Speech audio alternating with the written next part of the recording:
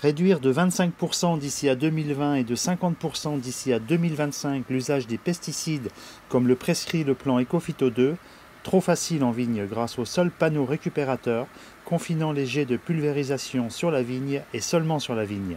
On économise 43% de produits, ça a été calculé sur certains domaines, 43% de produits. Au niveau du sol, on passe de 33% avec une voûte pneumatique à 4% avec ce type d'appareil de perte au sol. Et au niveau de l'atmosphère, on passe de 24% avec du pneumatique, on passe à 4%. Agréés officiellement comme dispositif antidérive, les panneaux récupérateurs sont particulièrement avantageux pour les premiers traitements, mais pas seulement. Si on prend un traitement en période précoce, c'est-à-dire au stade de démarrage comme là en ce moment, on va être sur des taux de récupération de 70 à 80%. Et ce taux va diminuer en fonction donc, du développement végétatif de la vigne. Et suivant l'épaisseur végétative et la vigueur végétative de la vigne, on va descendre à des taux de récupération pour des vignes assez chétives, on va être dans des taux de 30-40% en fin de campagne.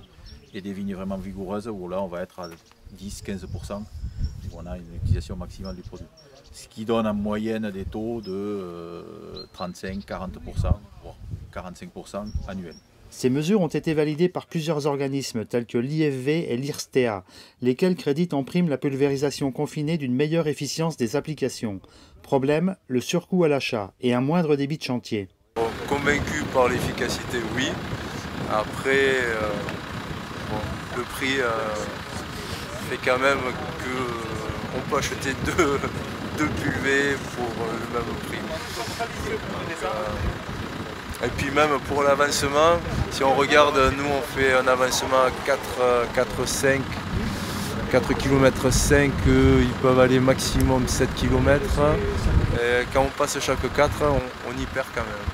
Entre économie de pesticides et surcoût à l'achat et à l'usage, les études démontrent que la pulvérisation confinée est une opération blanche pour le viticulteur et verte pour l'environnement. Il faut savoir que les régions sont susceptibles de subventionner les appareils, qui peuvent également être mutualisés.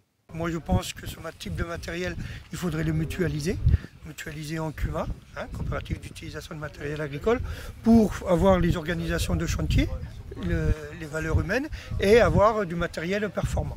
Les constructeurs, au nombre d'une dizaine, continuent de faire évoluer leur matériel pour lever les freins liés à la topographie des vignobles et à la diversité des modes de conduite. On travaille beaucoup sur la partie assistance et asservissement pour justement lever les leviers par rapport à la conduite de l'appareil.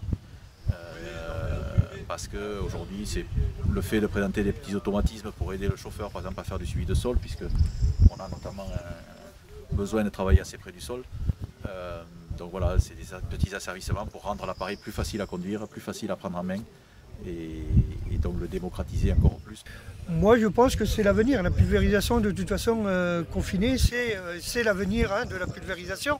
Pourquoi? Parce qu'on économise 43% de produits et au niveau de l'environnement, je pense que dans peut-être 5, 6, peut-être un peu plus longtemps, ça sera la pulvérisation qui sera sur nos terres viticoles, quoi.